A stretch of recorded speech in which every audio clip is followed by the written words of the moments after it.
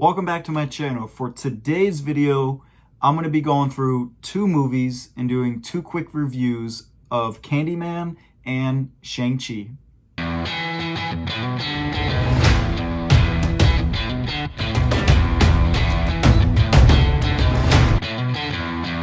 So the reason I'm doing two reviews in this one video, which I haven't done any before like this, I've always done individual videos for each movie, is because these movies already came out and I kind of already missed the boat for getting it out in that sweet spot.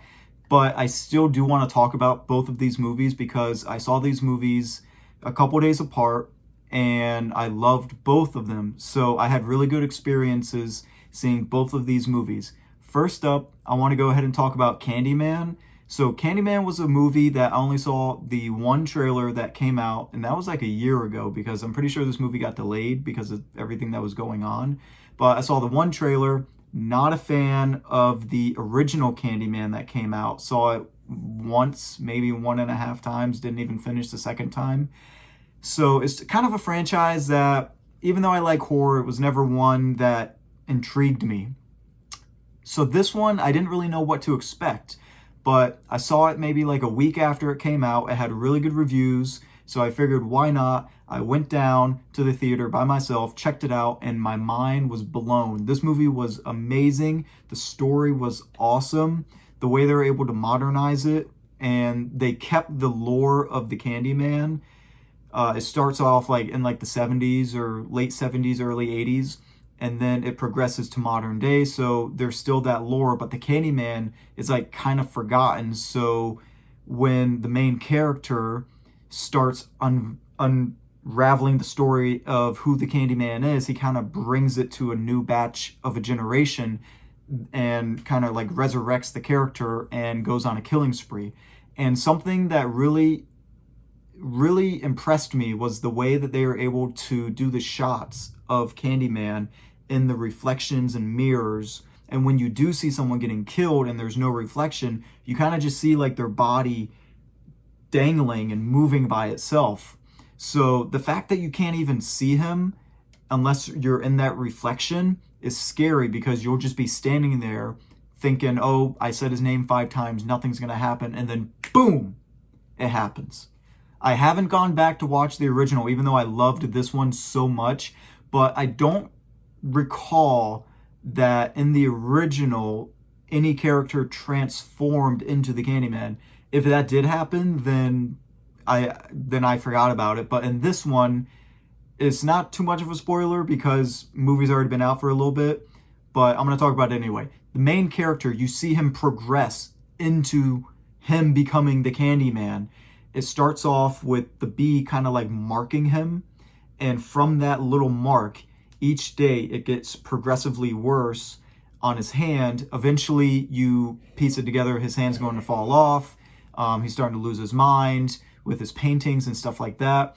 It's just, I want to keep this relatively quick, this review, because I got Shang-Chi coming up right after it. But this is a great movie, great experience. This is definitely one that I'm going to end up buying. If you can go check this out in the theater, I would highly suggest it. I think everyone's going to pretty much have a good time if you like horror, you like having your skin crawl. And yeah, that's all I can say right now. Check it out. Great movie. Okay, next up is one that I am salivating to talk about because this is going to go down as one of my favorite Marvel movies. And I know that it's really early to say that because I need a little bit of time to see how I feel in maybe 6 months or in a year or two. But as of now, I've seen the movie 2 times. I plan on seeing it probably 2 more times before it leaves theaters. And this is definitely going to become one of my favorite Marvel movies as of now. And I am so looking forward to seeing Simu Liu enter the Marvel Cinematic Universe in more movies, taking more of a leadership role. I don't know if they're going to throw him into the Avengers or what, but I want to see more of this character.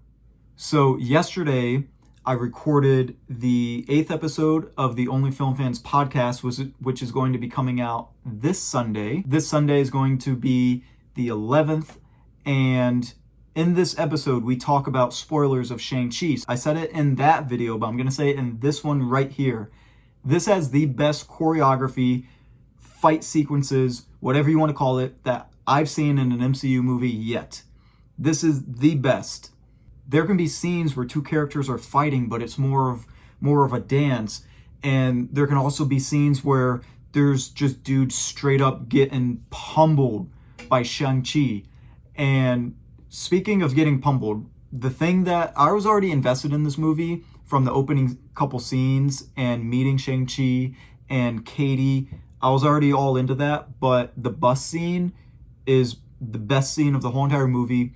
That is the one that on my second viewing, I was eagerly waiting for that to come up because I knew it was coming. My favorite scene of the whole movie. The action in that is the best action of the whole movie, and there's a lot of good action in this movie, but the bus scene, hands down, best scene. I just now mentioned the Katie character, and I want to stick on that for just one more quick moment, because something that I really appreciated on my first viewing and even more appreciated it on my second was the fact that the director, writer, whoever came up with this concept of, you know what, these two are just friends. They don't need to have any romantic chemistry. They love each other as friends. They care about each other as friends. Why do we need to ruin it with shoehorning in a love interest?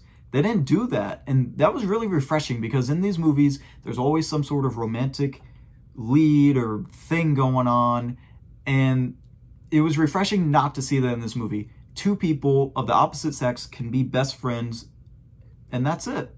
The way they play off each other, I genuinely felt that these two have been friends for 10 years, like they said in the movie.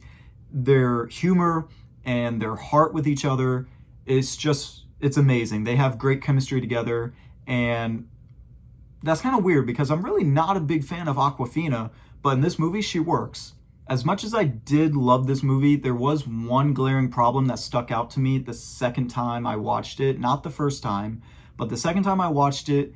Spoiler alert, if you haven't seen the movie, I'll put up a spoiler warning. But the Trevor character, that really stuck out and bothered me the second time around. I get why he was in there for the narrative and the references of, Iron Man 3 and stuff, but I feel like they used him and his jokes a little bit too much, and I rewatched a couple of the scenes from Iron Man 3, and he was silly in Iron Man 3, but in this one, he was just kind of too silly and like too wacky of a character. And it kind of took me out of the movie on my second viewing whenever he was on the screen. It kind of just took me out. And he's only in the movie for like 5 minutes total. So if that's the only thing that bothered me of the whole movie, it's still a pretty damn good movie, if that's the only thing that really stuck out to me. But I didn't get to talk about the relationship between Shang-Chi and his father or Shang-Chi and his sister. I didn't get to talk about the skyscraper scene. All that stuff is in the Only Film Fans podcast, episode 8. Like I said, it's coming out September 11th, so this weekend. We talk about all that stuff. We talk about the post-credit scene. I didn't even get to talk about that. I want to keep this video short, but I'm just going to end it on, this is going to go down as one of my favorite Marvel movies, one of my new favorite characters. The martial arts was awesome. The choreography was awesome. The story was great. The friendship was cool. That's all I got to say right now. I have so much more, but I want to keep this video short. Have you gotten to see either of these movies yet? And which one of them out of Candyman and Shang-Chi are your favorite out of the two that you've seen so far?